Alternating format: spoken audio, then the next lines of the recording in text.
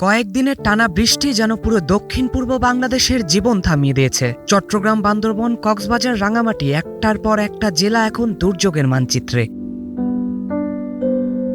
কোথাও রাস্তা নেই, কোথাও বিদ্যুৎ নেই, কোথাও আবার যোগাযোগ বিচ্ছিন্ন। হাজার হাজার মানুষ ইচ্ছে না থাকা সত্ত্বেও বাধ্য হয়েছেন আশ্রয় কেন্দ্রে যেতে। সরকারি হিসাবে বন্যা ও পাহাড় ধসে ইতিমধ্যে অন্তত ৩০ জনের মৃত্যু হয়েছে। শুধু কক্সবাজারে প্রাণ গেছে ১৯ জনের। চট্টগ্রাম, বান্দরবন ও রাঙামাটিতেও একের পর এক প্রাণহানির খবর আসছে।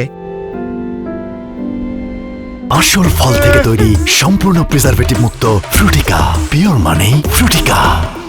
আবহাওয়া অধিদপ্তর জানিয়েছে কোথাও কোথাও ২০০ থেকে ৫০০ মিলিমিটার পর্যন্ত বৃষ্টির আশঙ্কা ছিল, ফলে পাহাড় ধসের ঝুঁকিও ছিল অত্যন্ত বেশি। এই দুর্যোগে সবচেয়ে বেশি হারিয়ে যায় সেই মানুষগুলো যাদের খবর আমরা খুবই কম দেখি। পাহাড়ের ছোট্ট ঘর, নদীর ধারের পরিবার, দিন এনে দিন খাওয়া মানুষ, এক রাতের বৃষ্টিতেই যাদের জীবনের সব হিসাব বদলে যায়। আজ তাদের সবচেয়ে বেশি প্রয়োজন আমাদের সহমর্মিতা, কারণ দুর্যোগ ধনী গরিব, শহর পাহাড় কাউকে আলাদা করে দেখে না। জুবাইরি নাম, নিউজ 24।